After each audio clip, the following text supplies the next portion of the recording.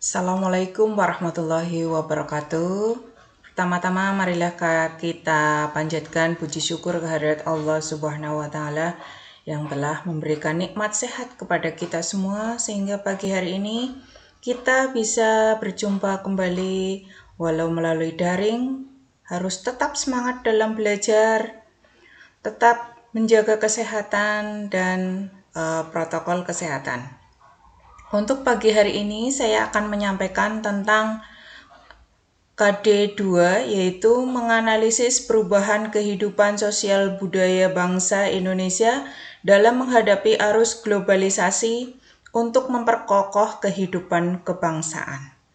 Tujuan pembelajaran kali ini yang pertama adalah mengetahui pengertian perubahan sosial budaya, 2. Menjelaskan bentuk-bentuk perubahan sosial budaya, memahami aspek globalisasi di berbagai bidang kehidupan.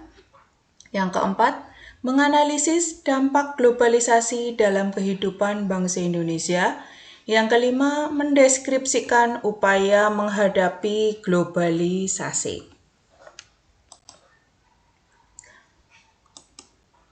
Pertemuan pertama kita dengan judul perubahan sosial budaya.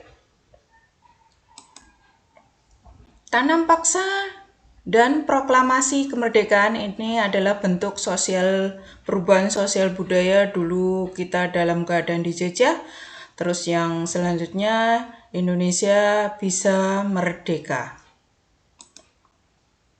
Perubahan dalam masyarakat dapat berkaitan dengan perubahan pada lembaga sosial, nilai sosial, pola perilaku, organisasi, kelompok sosial, dan lapisan sosial. Perubahan yang terjadi di masyarakat dikenal juga dengan istilah perubahan sosial budaya. Modernisasi adalah usaha untuk hidup sesuai dengan zaman dan konstelasi dunia sekarang. Modernisasi mencakup sistem nilai, cara berpikir, berperasaan, dan bertindak, serta teknologi yang sesuai dengan kondisi zaman sekarang. Selo Sumarjan menjelaskan bahwa globalisasi adalah terbentuknya sistem organisasi dan komunikasi antar masyarakat di seluruh dunia untuk mengikuti sistem dan kaidah yang sama secara cepat. Globalisasi melanda berbagai bidang, baik bidang iptek, ekonomi, transportasi, politik, ataupun budaya. Kingsley Davis dalam Surjono Sukanto mengatakan bahwa perubahan sosial merupakan bagian dari perubahan kebudayaan. Perubahan dalam kebudayaan mencakup hal-hal seperti kesenian, ilmu pengetahuan, teknologi, dan filsafat. Menurut perubahan sosial sebagai perubahan pada sistem sosial, struktur, dan fungsi masyarakat. Perubahan terjadi secara lambat, contoh mulai dari masa berburu, meramu, dan mengumpulkan makanan. Perubahan sosial lambat atau evolusi merupakan perubahan sosial yang memerlukan waktu lama dan diikuti oleh rentetan perubahan kecil yang terjadi secara lambat. Bentuk perubahan dilihat dari waktunya, perubahan evolusi dan revolusi. Di sini anak-anak bisa melihat ini adalah zaman dahulu adalah pertukaran barang atau berbentuk barter. Terus berubah menjadi uang komoditas, uang flat, cek, dan e-money. Dan ini dulu masa berburu dan meramu. Revolusi adalah perubahan sosial yang berlangsung dalam waktu yang cepat dan hal-hal mendasar dalam masyarakat ikut mengalami perubahan. Di sini contohnya adalah jalan raya yang merupakan fasilitas transportasi darat, dan ini adalah kereta cepat. Revolusi industri membawa akibat dalam berbagai bidang kehidupan bagi negaranya ataupun bagi negara lain. Antara lain sebagai berikut. Yang A, proses mekanisasi dalam usaha industri, perdagangan makin berkembang, transportasi lancar, berkembangnya urbanisasi, terjadinya kesenjangan sosial. Perubahan dilihat dari pengaruhnya. Yang pertama adalah perubahan kecil. Perubahan yang pengaruhnya kecil dilihat oleh sebagian kecil orang. atau diikuti oleh sebagian kecil orang. Perubahan ini tidak membawa perubahan mendasar pada bidang kehidupan. Perubahan model baju contohnya kekinian yang digemari oleh anak muda. Perubahan yang pengaruhnya besar adalah perubahan yang membawa perubahan dalam sendi-sendi kehidupan dalam suatu masyarakat. Industrialisasi merupakan proses perubahan sosial ekonomi yang mengubah sistem mata pencaharian masyarakat agraris menjadi masyarakat industri. Proses industrialisasi dapat ditemukan dalam masyarakat kota ataupun masyarakat desa. Pembangunan pabrik-pabrik untuk kepentingan industri sebagai bagian dari proses industrialisasi. Perubahan dilihat dari perencanaannya. Yang pertama adalah perubahan yang direncanakan atau planning change, merupakan perubahan yang memang diinginkan dan dikehendaki oleh masyarakat atau pihak yang menginginkan perubahan. Pembangunan dapat dikatakan sebagai contoh perubahan sosial yang dikehendaki dan direncanakan. Salah satu contoh pembangunan yang dilakukan di Indonesia adalah pembangunan jalan raya.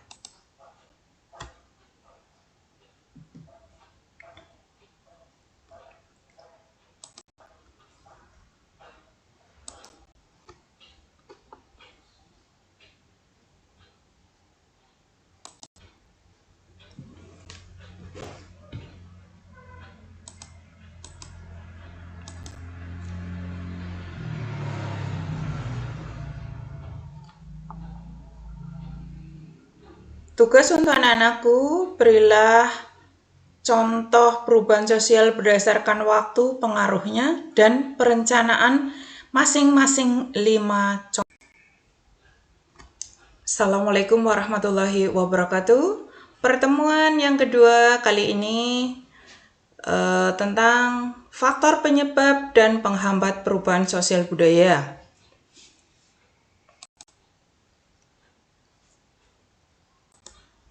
Penyebab perubahan sosial budaya yang pertama adalah bertambah dan berkurangnya penduduk. Yang kedua, penemuan baru. Yang ketiga, konflik. Yang keempat, terjadinya pemberontakan atau revolusi. Yang kelima, perubahan lingkungan alam. Keenam, peperangan. Ketujuh, pengaruh kebudayaan masyarakat. Bonus demografi adalah bonus yang dinikmati suatu negara sebagai akibat dari besarnya proporsi penduduk produktif. Rentangnya adalah usia 15-64 tahun dalam evolusi kependudukan yang dialaminya. Proses pengaruh kebudayaan lain yang menyebabkan terjadinya perubahan sosial budaya antara lain sebagai berikut.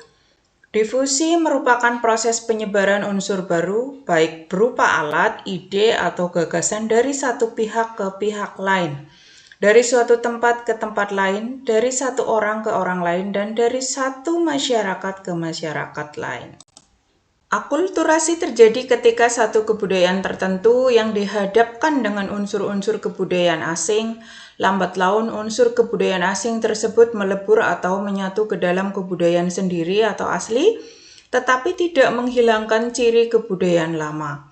Asimilasi merupakan pertemuan dua kebudayaan yang lambat laun melebur menjadi kebudayaan baru, di mana unsur dari masing-masing kebudayaan asli hilang. Penetrasi merupakan proses perembasan unsur budaya kepada suatu masyarakat baik secara damai ataupun paksaan. Invasi yaitu masuknya unsur-unsur kebudayaan asing ke dalam kebudayaan setempat dengan peperangan, penaklukan bangsa asing terhadap bangsa lain.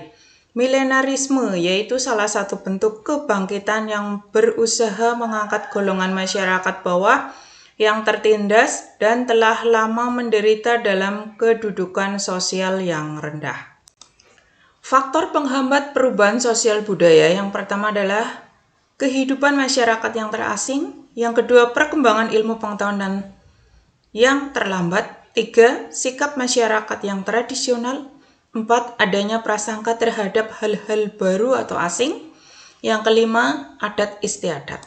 Tugas untuk anak-anakku nanti yang pertama adalah carilah salah satu etnografi atau tulisan tentang kehidupan suku bangsa di Indonesia dari berbagai sumber seperti internet, buku, dan sumber lainnya. Yang kedua, bacalah materi globalisasi, kemudian buatlah ringkasan materi tersebut. Assalamualaikum warahmatullahi wabarakatuh. Selamat pagi anak-anakku, semoga kalian dalam keadaan sehat walafiat. Untuk pertemuan ketiga kali ini, Ibu akan menyampaikan tentang globalisasi. Menurut Walter dalam Kamanto Sunarto, globalisasi adalah suatu proses sosial yang di dalamnya kendala geografi terhadap pengaturan sosial dan budaya menjadi surut, dan manusia menjadi semakin sadar bahwa pengaturan tersebut menjadi lebih baik. Bentuk globalisasi yang pertama, globalisasi di bidang budaya, disebarkan kesamaan semua kebudayaan di dunia. Di zaman sekarang budaya lokal dan tradisional terkadang muncul dalam komunikasi kecil saja, terpaku pada ruang dan waktu, serta biasanya diperagakan, diciptakan ulang secara tatap muka, namun budaya global sudah pasti akan melintasi ruang dan waktu melalui teknologi dan komunikasi. Globalisasi bidang komunikasi. Komunikasi merupakan proses penyampaian pesan atau informasi dari satu pihak ke pihak lain. Globalisasi dalam bidang komunikasi dapat dilihat dari kemajuan teknologi komunikasi. Awalnya masyarakat Indonesia berkomunikasi dengan cara tradisional. Kemudian mulai mengalami perkembangan dalam teknologi telepon, handphone, internet, serta media sosial yang ada sekarang ini. Yang ketiga adalah globalisasi bidang ekonomi. Globalisasi di bidang ekonomi merupakan suatu aktivitas ekonomi dan perdagangan secara global dan terbuka. Dalam globalisasi ekonomi, berbagai negara di dunia menjadi pasar yang satu dan semakin terintegrasi tanpa mengenal batasan teritorial atau kewilayahan antar negara. Globalisasi ekonomi memang berkaitan erat dengan perdagangan bebas atau free trade. Perdagangan bebas adalah sistem perdagangan yang makin luas dan menghilangkan hambatan-hambatan tidak lancarnya perdagangan internasional. Adapun ciri-ciri yang menandai globalisasi ekonomi adalah sebagai berikut. Yang pertama, beroperasinya suatu perusahaan di lebih satu negara. Perusahaan ini memproduksi dan menjual hasil produksinya secara internasional. Yang kedua, perubahan dalam mencari keuntungan yang kompetitif dan memaksimalkan laba dengan terus-menerus mencari lokasi produksi paling efisien dan murah. Yang ketiga, memiliki kemudahan jangkauan geografis yang membuat perusahaan dengan cepat memindahkan berbagai sumber dan operasi di seluruh dunia.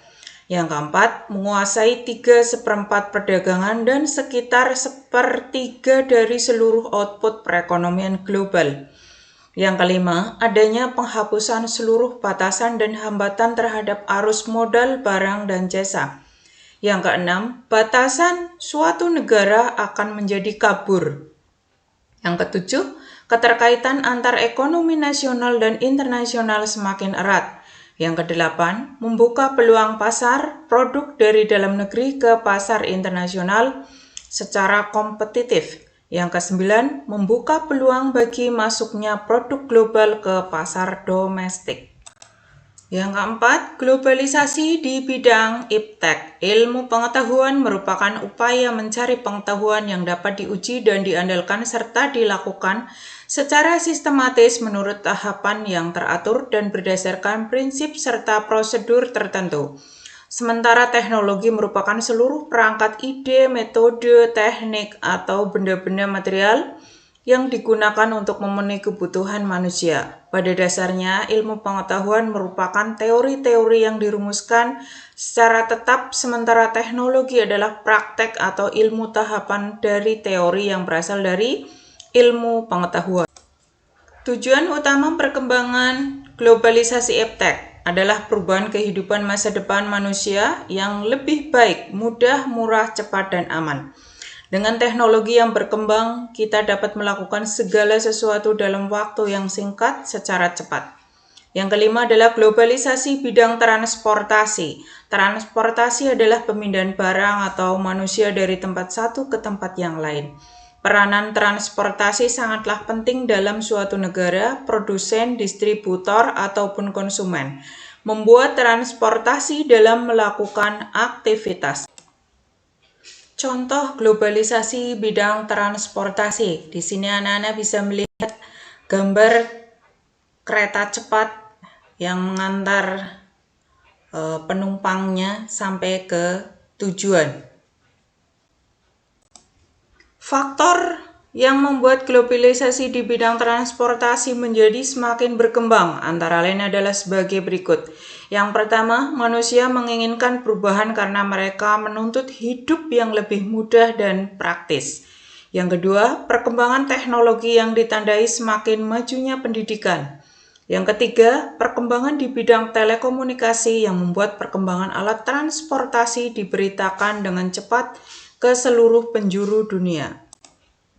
Dampak positif globalisasi. Yang pertama, berkembangnya ilmu, pengetahuan, dan teknologi. Yang kedua, meningkatnya efektivitas dan efisiensi pemanfaatan teknologi internet dalam penjualan tiket pesawat, kereta, bis, dan transportasi lain secara online. Pembayaran tiket dilakukan dengan transfer melalui ATM ataupun SMS banking. Efektivitas dapat diartikan sebagai pengukuran keberhasilan dalam pencapaian tujuan yang telah diinginkan. Efisien dapat diartikan sebagai tepat, cermat, berdaya guna, dan bertepat guna dalam melakukan sesuatu ketika cara A membutuhkan waktu 1 jam, secara B membutuhkan waktu 2 jam. Maka cara A lebih efisien daripada cara B. Dengan kata lain, efektif adalah melakukan tugas yang benar, sedangkan efisien adalah melakukan tugas dengan tepat. Yang ketiga, perekonomian suatu negara semakin meningkat. Yang keempat, meningkatnya taraf hidup masyarakat. Yang kelima, komunikasi semakin cepat dan mudah.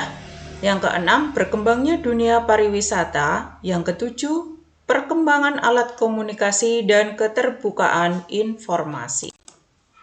Dampak negatif globalisasi. Yang pertama adalah westernisasi, adalah suatu perbuatan seseorang yang mulai kehilangan nasionalisme dengan meniru atau melakukan aktivitas kebarat-baratan. Ciri dari penurunan moral ini salah satunya ditunjukkan dari perilakunya yang bertentangan dengan nilai dan norma dalam masyarakat. Yang kedua adalah demoralisasi, yang banyak kita jumpai saat ini antara lain ada pembunuhan, pencurian, korupsi, dan pergaulan bebas. Akibat selanjutnya dari demoralisasi adalah meningkatnya kriminalitas dalam masyarakat. Anak-anak bisa melihat ini gambar adalah gambar anak-anak melakukan kriminalitas dengan cara masih di bawah umur sudah merokok. Yang ketiga adalah kesenjangan sosial ekonomi. Di kota dibuat sebuah gedung bertingkat, sedangkan di bawahnya ada rumah-rumah kumuh yang mereka tidak mempunyai tempat tinggal dengan layak. Yang keempat adalah kriminalitas. Ini adalah penjahat, gambar penjahat yang lagi dikejar-kejar oleh seorang polisi karena melakukan perampokan.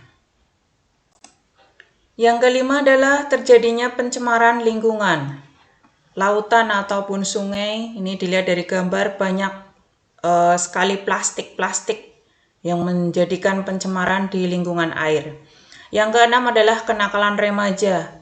Anak-anak melakukan trek-trekan di jalan raya sehingga mengganggu pejalan yang lain. Yang ketujuh adalah individualisme yang semakin tinggi. Dengan adanya handphone, anak-anak sekalipun mereka bersama, mereka asik dengan handphonenya masing-masing. Upaya menghadapi globalisasi budaya. Yang pertama adalah menyaring setiap budaya asing yang masuk ke Indonesia untuk kemudian diadaptasi dan digunakan bersama-sama. Yang kedua, mempromosikan budaya asli Indonesia ke kancah internasional untuk menumbuhkan rasa cinta budaya Indonesia. Yang ketiga, menyukai dan menggunakan produk-produk asli di Indonesia. Yang keempat, memperkuat persatuan dan kesatuan antar warga Indonesia yang memiliki budaya beragam untuk bersatu melindungi budaya asli di Indonesia agar tidak luntur terbawa arus globalisasi, juga tidak hilang karena diklaim negara lain. Yang kelima, mematenkan setiap budaya Indonesia serta mempublikasikannya agar tetap terjaga dan menjadikan masyarakat Indonesia bangga memilikinya. Yang keenam, berpegang teguh pada nilai religius, spiritual, dan memupuk rasa kebinekaan agar Indonesia tetap berjaya dengan budayanya. Yang ketujuh, meningkatkan kualitas nilai keimanan dan moralitas masyarakat. Upaya globalisasi di bidang komunikasi. Yang pertama, memilih dan memanfaatkan alat komunikasi secara tepat dan sebaik-baiknya sesuai dengan fungsi dan kebutuhan. Yang kedua, memanfaatkan alat komunikasi demi kemajuan masa depan dan tidak menyalahgunakannya. Yang ketiga, memilih informasi dengan tepat dan bijaksana agar tidak mudah terpengaruh dan terhasut oleh informasi yang salah. Upaya menghadapi globalisasi di bidang iptek. Yang pertama, berkompetisi dalam kemajuan iptek. Yang kedua, meningkatkan motif berprestasi. Yang ketiga, meningkatkan kualitas mutu sumber daya manusia terutama di bidang penguasaan ilmu pengetahuan dan teknologi agar kita mampu bersaing. Yang keempat, selalu berorientasi ke masa depan. Yang kelima, meningkatkan penguasaan kita terhadap teknologi modern di segala bidang sehingga tidak tertinggal dan bergantung pada bangsa lain. Upaya menghadapi globalisasi dalam bidang ekonomi. Yang pertama, menyiapkan SDM yang kompeten, kompetitif, dan memiliki kemampuan yang baik dalam menghadapi kompetensi globalisasi. Yang kedua, melaksanakan standarisasi dan sertifikasi bagi perusahaan dan lembaga pemerintah untuk citra, kesungguhan, dan kualitas produk. Yang ketiga, menghilangkan praktek-praktek korupsi, kolusi, nepotisme, dan manipulasi.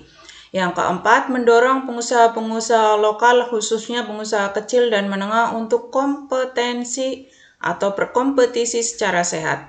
Yang kelima, mendorong munculnya produk-produk kreatif dan inovatif dari masyarakat Indonesia.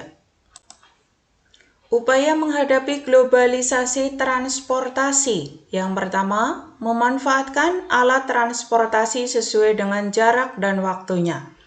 Yang kedua, menggunakan alat transportasi tidak berlebihan agar tidak terjadi pencemaran lingkungan. Yang ketiga, menjaga keberadaan alat transportasi lokal sebagai salah satu khasanah budaya. Untuk tugas anak-anakku, nanti kalian mengerjakan bagaimana cara menghadapi globalisasi di bidang teknologi bagi seorang siswa. Sekian anak-anakku, terima kasih. Semoga kalian bisa memahami dan bisa mengerti dan bisa mengerjakan tugas sesuai waktu, tepat, disiplin agar kalian sukses. Anak-anakku, jangan lupa terus semangat dalam belajar demi masa depan kalian dan cita-cita kalian. Anak-anakku harus sering berlatih dan membaca buku, baik buku paket ataupun internet, Google. Kalian harus rajin-rajinlah terus belajar agar kalian sukses di masa mendatang. Di pundakmu lah nasib bangsa ini yang harus kalian teruskan dengan cara tetap semangat dalam belajar, tetap menjaga kesehatan, tetap jaga jarak, protokol kesehatan selalu kita jalankan agar kita terhindar dari berbagai penyakit yang melanda di negara kita. Sekian anak-anakku, terima kasih. Semoga kita semuanya selalu diberi kesehatan dan keselamatan, saling mendoakan. Sekalipun belajar jarak jauh, kalian harus tetap semangat dalam belajar. Sekian, terima kasih. Wassalamualaikum warahmatullahi wabarakatuh.